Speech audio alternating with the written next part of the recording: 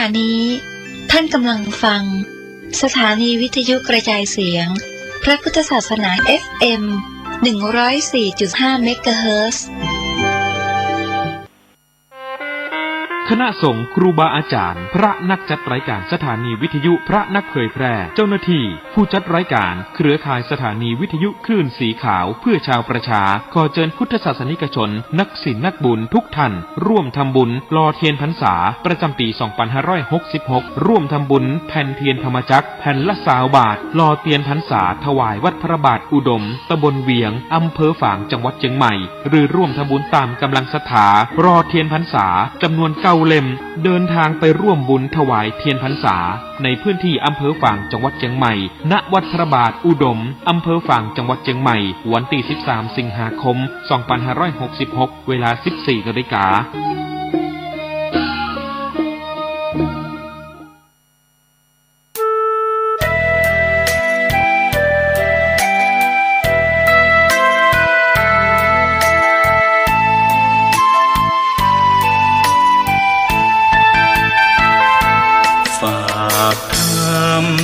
ยามดึกกับสายลมเพื่อความสุขสมทวนทั่วทุกหัวใจถึงคนทั้งโลกซึ่งอยู่แดนไกลจากคณะสงฆ์เชียงใหม่ที่ได้ตั้งใจเทศน์กลอนป่านนี้ศรัทธาลับหรือยังหรือกำลังฟังเพลินนี้กันอยู่หนอขอจงตั้งใจฟังให้เพียงพอฟังด้วยหัวใจจดจ่ออย่าท้อและถอยเลยคืนไหนถ้ามีเวลาว่างจดหมายมาบ้างอย่าทำเงียบเฉยหรือโทรศัพท์เข้ามาติชมเชยถามปัญหาเถิดเอ่ยจะเฉลยให้สุนทรฝากทำนี้มาช่วยย้ำเตือนอย่าลืมอย่าเลือนน้ำคำที่พร่ำสอนสังคมวุ่นวายสุดแสนอาวรณ์วันกลัวโลกจะรุ่มร้อนวันธรรมจะลับลอย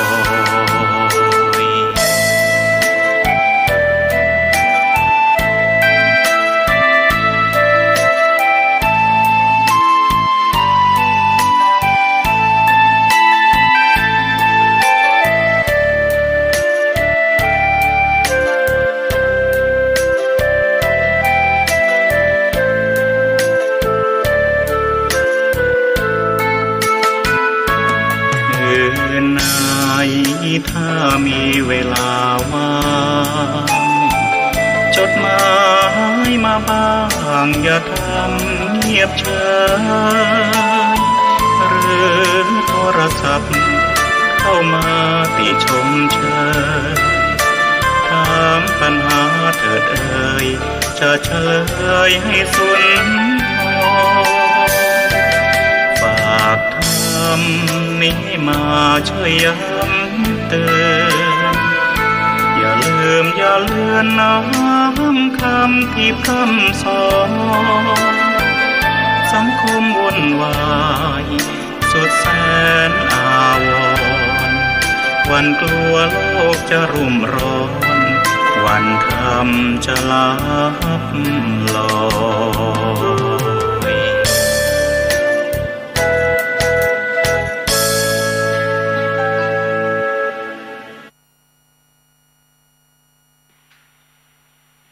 แสงแห่งไฟกำจัดความมืดภายนอกแสงแห่งธรรมนั้นกำจัดความมืดภายในจิตใจของคนเราขอเจริญสุข สาธุชนญาติโยมท่านผู้ฟังทั้งหลายทุกท่านทุกคนทุกสารทิศอันเป็นมิตรในทางธรรมล้วนแต่เป็นที่รักที่นับถือของตุเจ้าวัดหนองตองหางดงจังหวัดเชียงใหม่นี้วันนี้ญาติโยมทั้งหลายรายการธรรมะก่อนนอนไม่ใช่กล่อมนอนนะก่อนนอนก็มาพบกับญาติกับโยมอีกเช่นเคยเป็นประจำทุกวันอังคารในเวลาเดียวกันนี้1 ชั่วโมงโดยประมาณ1 ชั่วโมงโดยประมาณแต่เราคิดว่านานมันก็นานนะถ้าคิดว่าพอดีมันก็พอดีถ้าคิดว่าสั้นจนเกินไปมันก็สั้นถ้าคิดว่าไม่ได้เรื่องมันก็ไม่ได้เรื่องถ้าคิดว่ามันดีเนี่ยฟังธรรมะเนี่ยได้ข้อคิดในทางดีๆมันก็ดีมันอยู่ที่จิตใจของคนเราคิดเป็นอย่างไรมันก็เป็นอย่างนั้นคิดอย่างนั้นเป็นอย่างนั้นคิดอย่างนี้เป็นอย่างนี้คิดว่าดีมันก็ดีคิดว่าไม่ดีมันก็ไม่ดีญาติโยมอาตมาภาพตุเจ้าองค์นี้ได้นำธรรมะมาพูดให้ญาติโยมฟังกันอยู่ตลอดเวลาต้องขออนุโมทนาขอบใจต่อท่านผู้ฟังทั้งหลายต่อเจ้าหน้าที่ทุกท่านทุกคนที่ได้อำนวยความสะดวกเปิดเทปเสียงแห่งธรรมะให้แก่ญาติแก่โยมที่อยู่ทางบ้านได้รับฟังกันโดยไม่มีอามิสสินจ้างใดๆทั้งสิ้นนะทำด้วยจิตเมตตาธรรมทำด้วยจิตที่เป็นบุญเป็นกุศลท่านเจ้าหน้าที่นี่โยมทั้งหลายท่านเสียสละทำงานด้วยใจรักแต่ท่านเหล่านี้ทำงานไม่มีใจชอบไม่มีใจรัก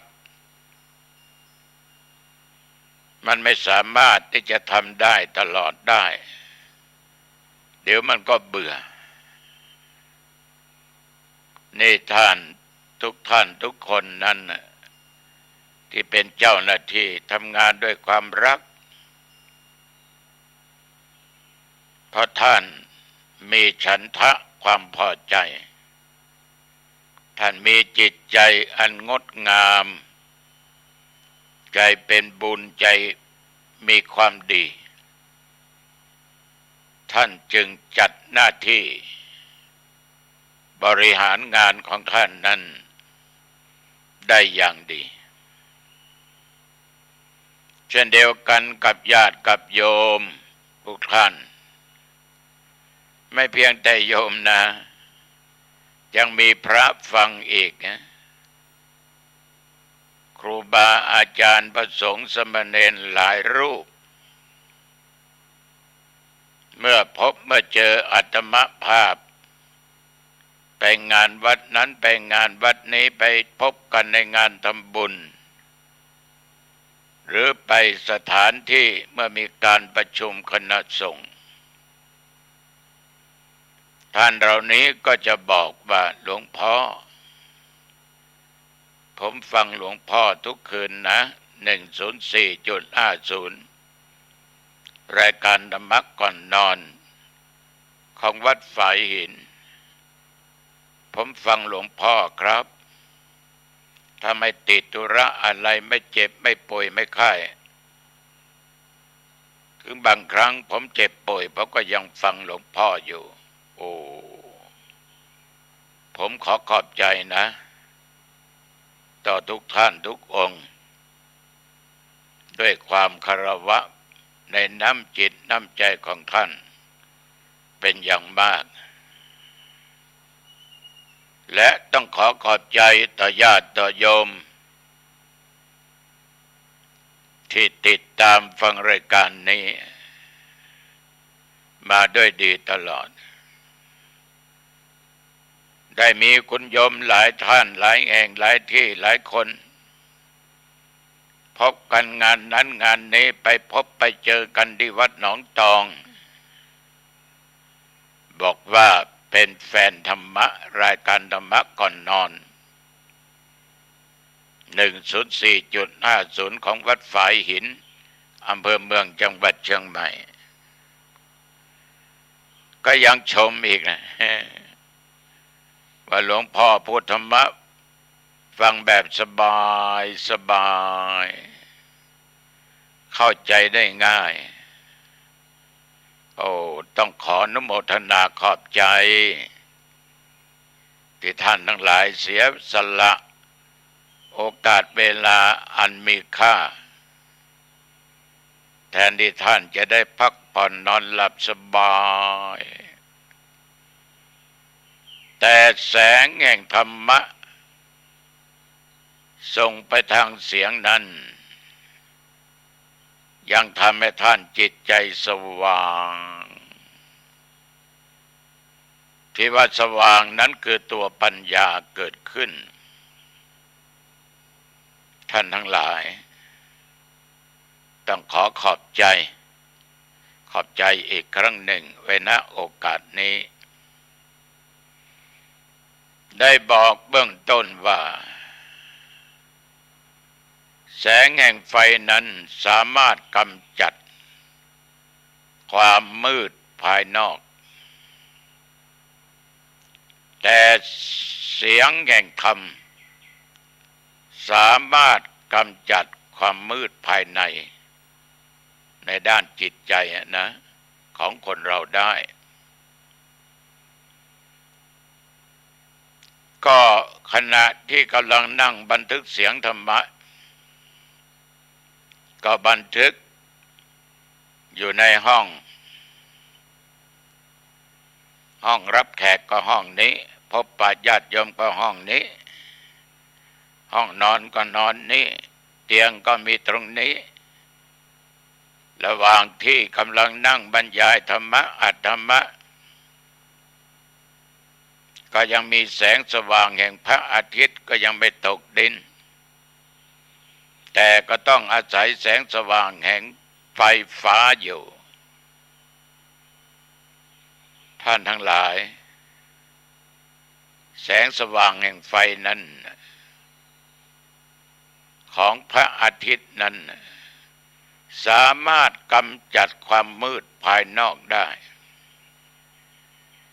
เวลานี้ญาติโยมทั้งหลายจะนั่งจะนอนอยู่บนเตียงบนเก้าอี้หรือที่ไหนก็ตามบางท่านก็เปิดไฟให้แจ้งให้สว่างบางท่านก็ปิดไฟฟ้า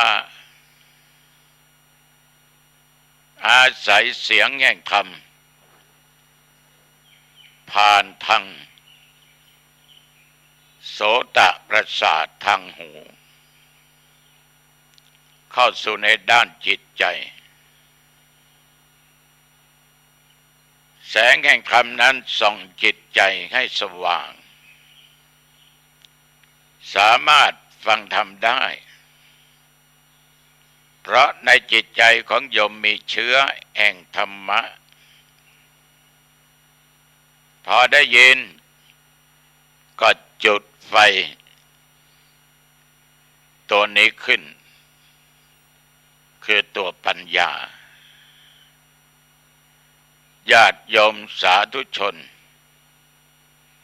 ถ้าจะว่าไปแล้วแสงสว่างทั้งภายนอกภายในนั้นก็สำคัญเหมือนกันนะ แต่ถ้าจะชั่งดูดีๆแล้วก็คงจะสู้แสงสว่างแห่งภายในไม่ได้ภายนอกมืดเราจุดเทียนไขจุดตะเกียงเปิดไฟฟ้า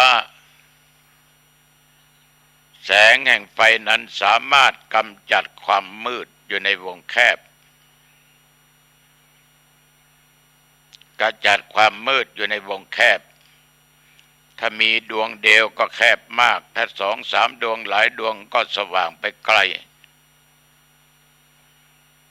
มันเหมือนแสงแห่งไฟฉายหรือไฟหน้ารถที่เราวิ่งรถตอนกลางคืนไปโน่นไปนี่แล้วก็เปิดไฟยังมีไฟต่ำไฟสูงมีไฟหลีมีไฟเลี้ยวซ้ายเลี้ยวขวามันก็สามารถส่องไปข้างหน้าได้แต่ว่ามันก็มีที่สิ้นสุดกำจัดความมืดลงได้ในเฉพาะเขตของมันแสงสว่างแห่งพระอาทิตย์แห่งพระจันทร์สามารถส่องมาในพื้นโลกได้พระอาทิตย์ตอนกลางวันเราจะเห็นหมดแต่ไม่สามารถที่จะส่องแสงแห่งพระอาทิตย์แห่งพระจันทร์เข้าไปในถ้ำได้ไม่สามารถที่จะเข้าไปในถ้ำได้มืดตึ๊บตื้อญาติโยมมันมีขีดจำกัดของมันอยู่ไฟแห่งภายนอกสามารถใช้ทำงานอะไรได้โรงงานต้องใช้ไฟฟ้า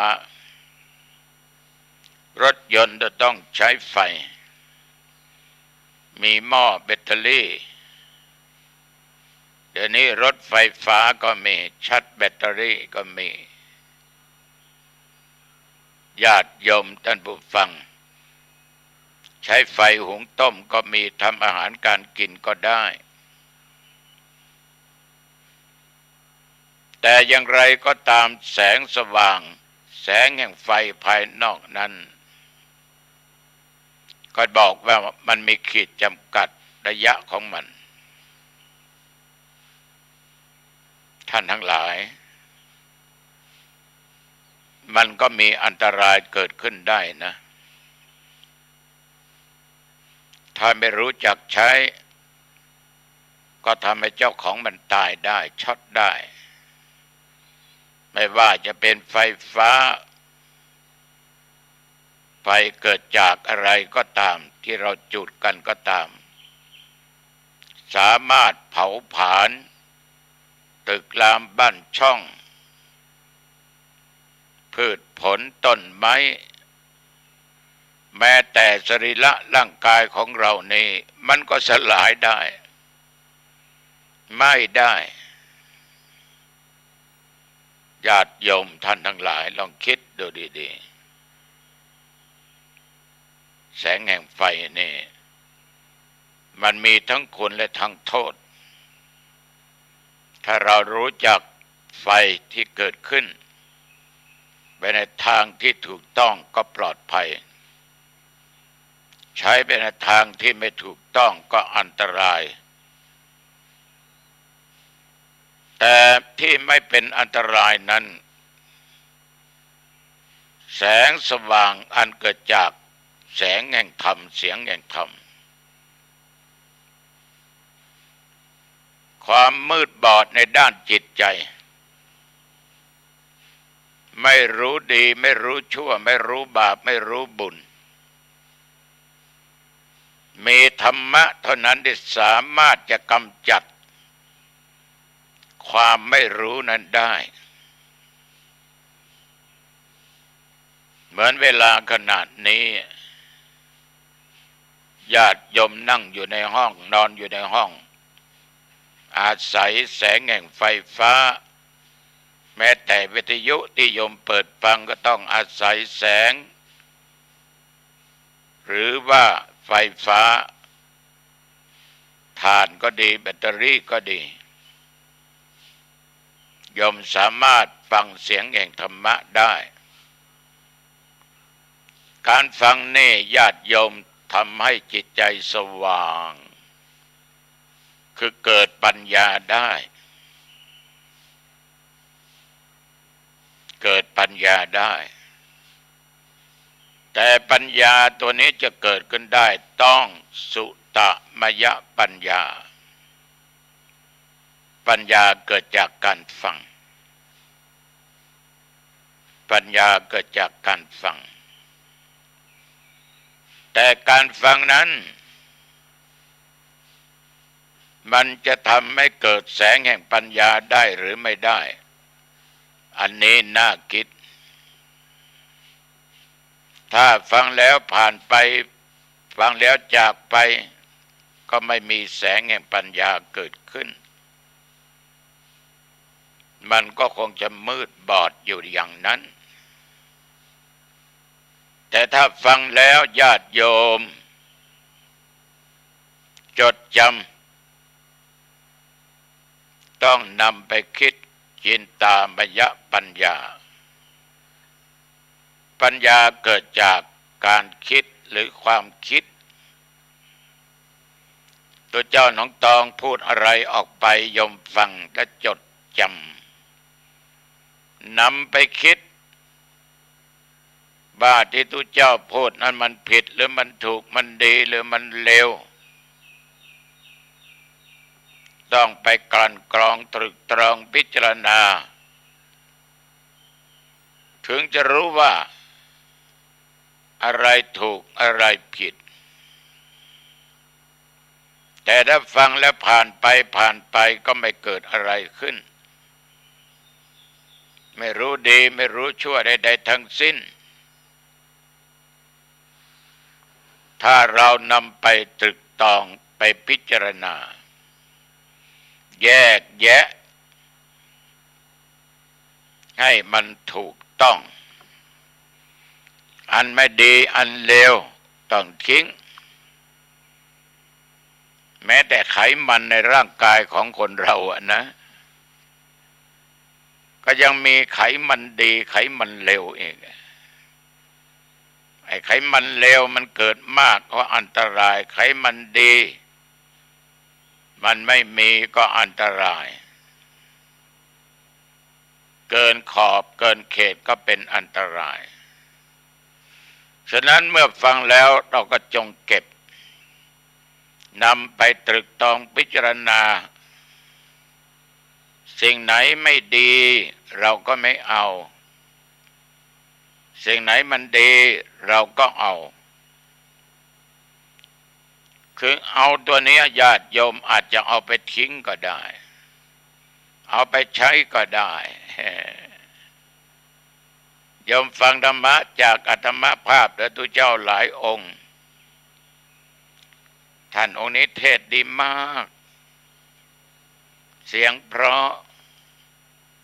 ธรรมะพูดมาอย่างถูกต้องตรงไปตรงมาเทศดีมากเอาไปทิ้งก็มีเอาไปปฏิบัติตามก็มีมันเหมือนญาติโยมนักฟังเทศนักฟังธรรมนักปฏิบัติธรรมไปเข้ากรรมฐานที่โน่นที่นี่กลับมาที่บ้านวัดมีการปฏิบัติธรรมสมถะวิปัสสนาโอ้ญาติโยมความที่ได้ฟังมันนั้นเก็บมานั้นปฏิบัติมานั้นแต่ว่าไม่ได้กลั่นกรองคือบางคนนี่ตัวกิเลสคือตัวทิฏฐิตัวมานะตัวโมหะมีมาก มักจะมาโอ้อวดอย่างน้นอย่างนี้ไปสำนักนั้นข้าปฏิบัติทุกเดือนไปเป็นประจำทุกปีมาคุยกับคนที่ปฏิบัติที่โน่นที่นี่ว่าไม่ถูกมันต้องอย่างฉันต้องอย่างผมถึงจะถูกมีทิฏฐิมีมานะถือตัวมากมองเห็นของคนอื่นนั้นไม่ถูกผิดหมดใครถูกกูนี่แหละถูก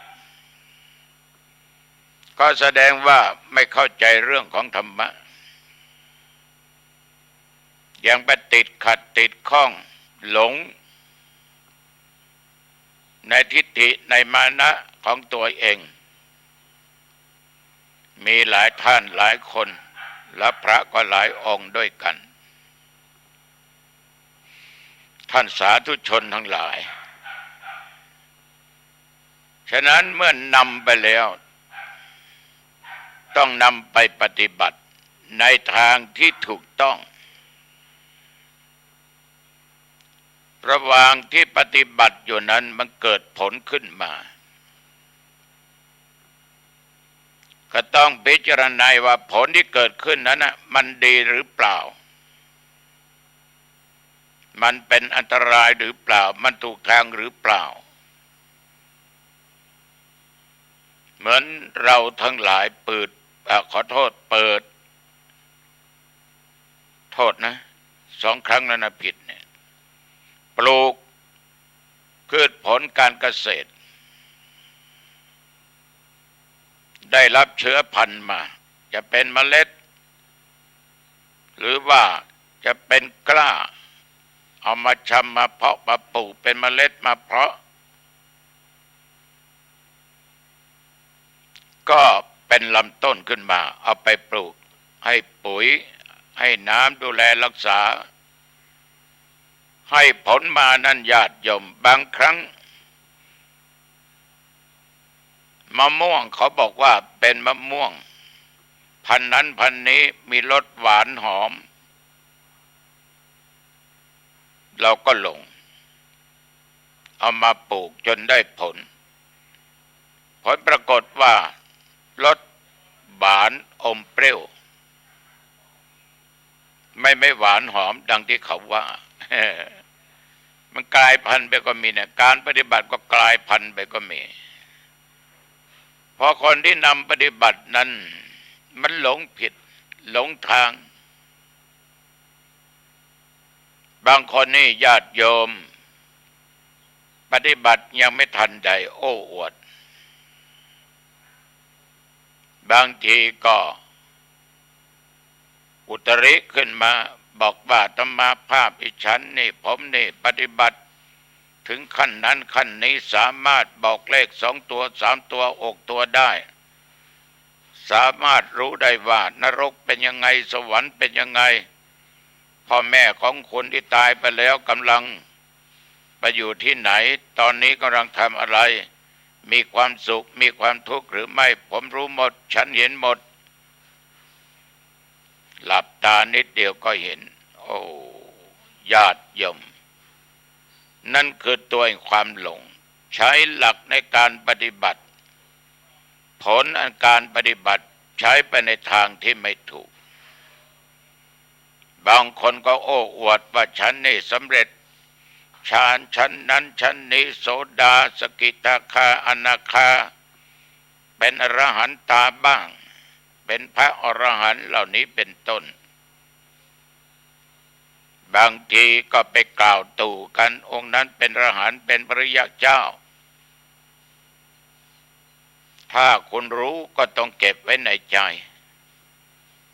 คุณจะบอกใครก็ไม่ได้คนที่สำเร็จบอกใครก็ไม่ได้ฉะนั้นญาติโยมผลที่มันเกิดขึ้นนั้นต้องระวังอย่าหลงในสิ่งเหล่านั้นที่ตัวเจ้าบอกว่าแสงแห่งธรรมะเสียงธรรมะสามารถกำจัดความมืดบอดในด้านจิตใจ ก็คือตอนนี้แหละเราสามารถกำจัดอัตตาคือตัวตนได้ทิฏฐิได้มานะได้ความอุปทานได้ถ้าเราปฏิบัติอย่างถูกต้องไม่โมหะไม่หลงบางคนนี่ญาติโยมเป็นนักปฏิบัติแต่ด่าคนเก่งนะติฉินนินทาว่าให้พระองค์นั้นอย่างนี้เล่าขวัญนินทาคนนั้นเป็นอย่างนั้นคนนี้เป็นอย่างนี้โอ้โห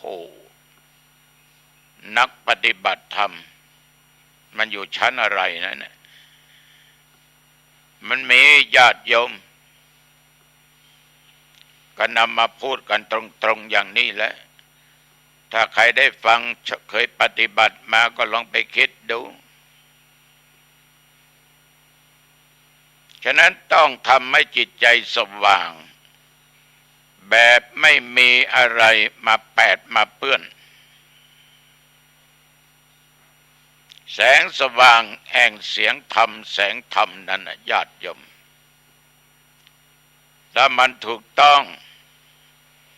คุณอย่ามาใช้ทางไหนที่มันไม่ผิดมันก็เกิดคุณประโยชน์ต่อไป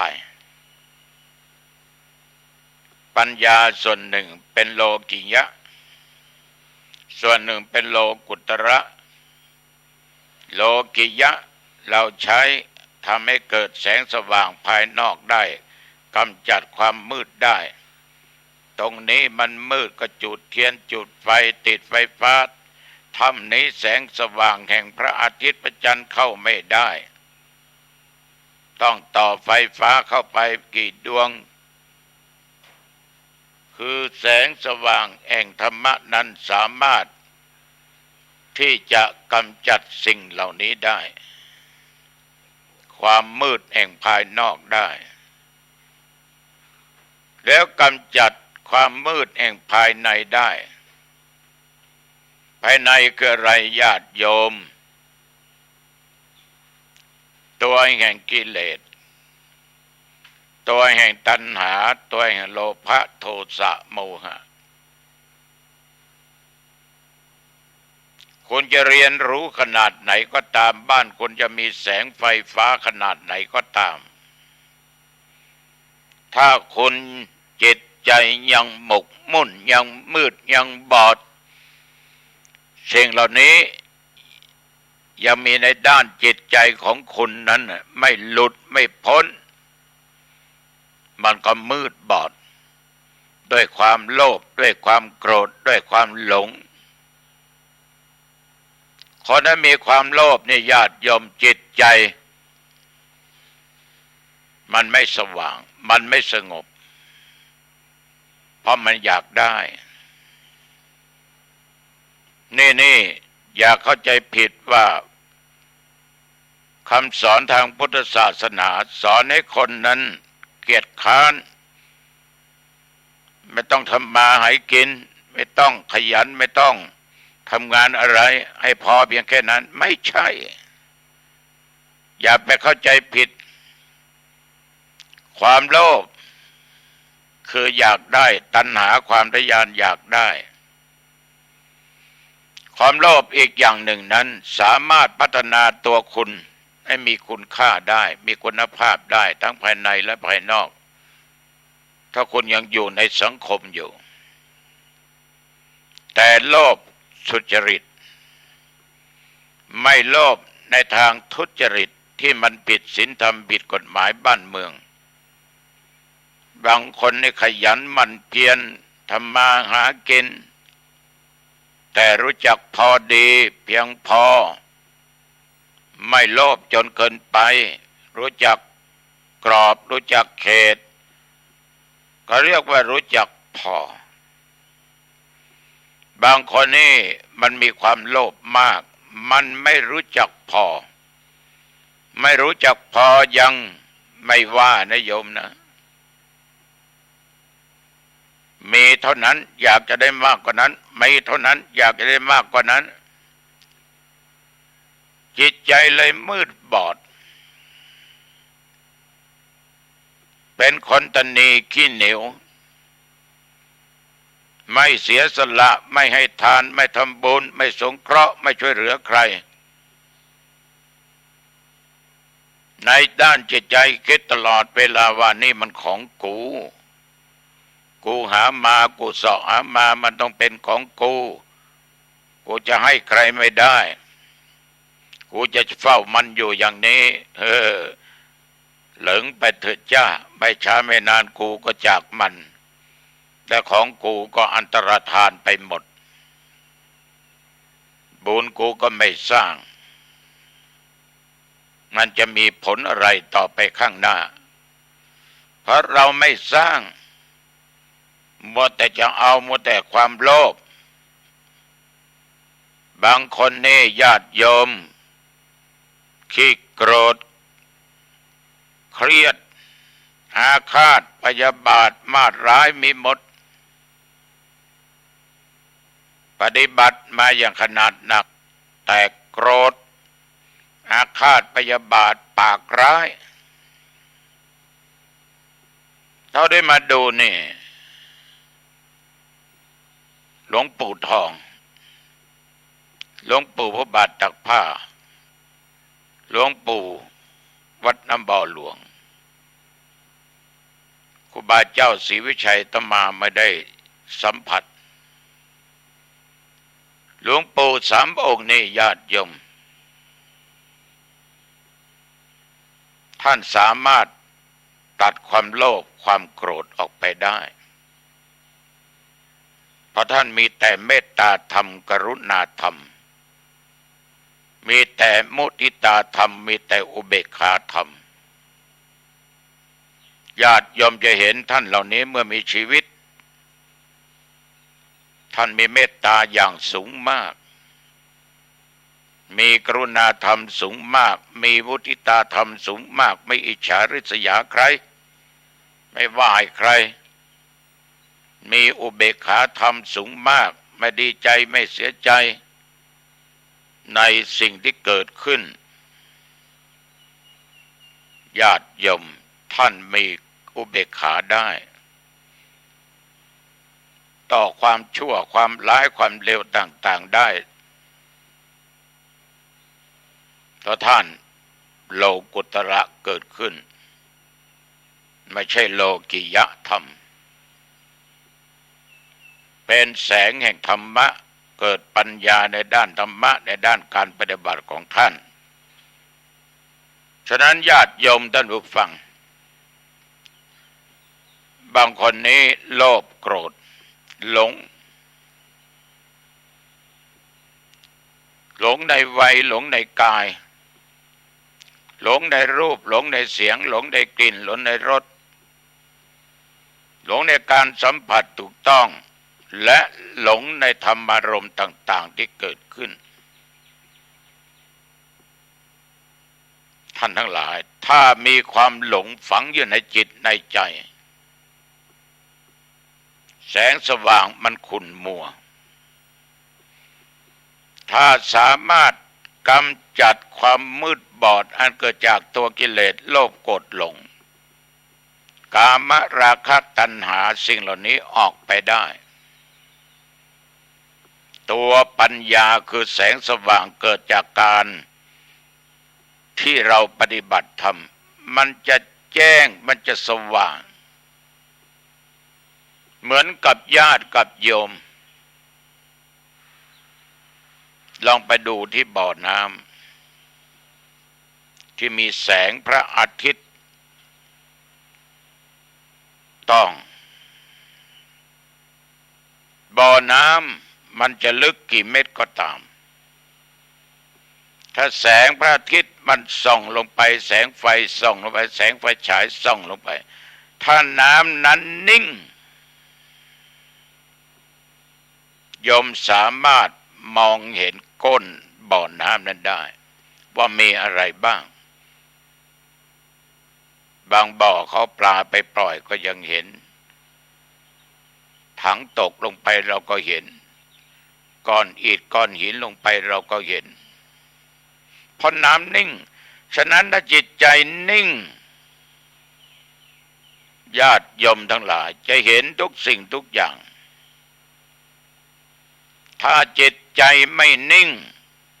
โลกุตละปัญญาไม่เกิดน้ำมันยังกระพึ่มอยู่ตลอดคุณมัวด้วยกิเลสความโลภโกรธหลงอยู่ตลอดไม่สามารถที่จะนิ่งและเห็นแสงแห่งธรรมะแห่งปัญญาเกิดขึ้นได้ญาติโยมจะมาขอฝากกับญาติกับโยมแล้วลองนำไปคิดพิจารณาก็แล้วกัน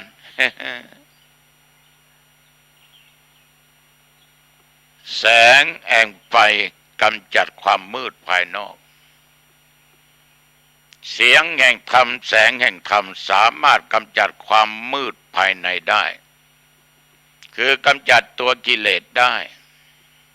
ถ้าจิตใจมันนิ่งมันไม่หวั่นไหวไปตามอารมณ์ไปตามความโลภความโกรธความหลงมันนิ่งน้ำไม่ขุ่นไม่มัวใจไม่ขุ่นไม่มัวมันก็ใสสะอาดมันมีความสุขนะโยมนะถ้ามันมีแต่ความโลภความโกรธความหลงจิตใจมันมัวหมองเศร้าหมองยากนะยากที่จะเกิดแสงสว่างขึ้นได้ฉะนั้นต้องกำจัดตัวกิเลสให้หมดไปไฟภายนอกสามารถกำจัดความมืดเหล่านั้นได้ขอได้มีสติปัญญาสามารถเอาเข้าในธรรมได้